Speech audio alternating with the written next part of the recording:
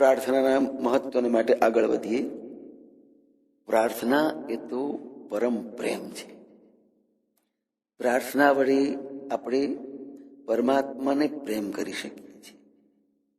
એ પ્રાર્થના વડે આપણને ભગવાનનો પ્રેમ પ્રાપ્ત થાય છે, જેમાં નથી કોઈ માંગ, નથી કોઈ ફરિયાદ, નથી કોઈ ભિખારીપણું કે નથી કોઈ વાસના.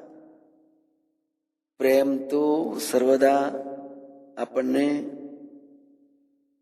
નિર્વ્યાજ અને નિર્લોપ બનાવે છે. પ્રાર્થના બિનશરતી હોય છે.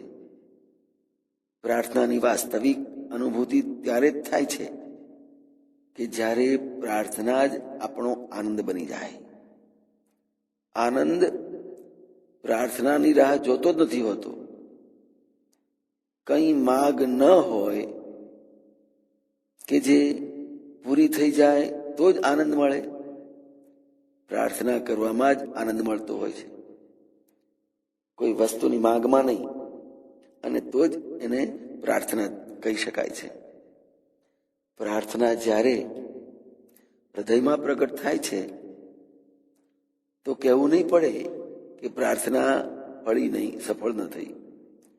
પ્રાર્થનાનું હોવું એટલે જ પ્રાર્થનાની સફળતા. પ્રાર્થના જીવનનું શિખર છે. પ્રાર્થના પૂર્ણ હૃદયનું સ્વરૂપ છે. આ જગતનું અંતિમ ખીલેલું ફૂલ છે પ્રાર્થના. પ્રાર્થના એ આખરી ઊંચાઈ છે માણસની.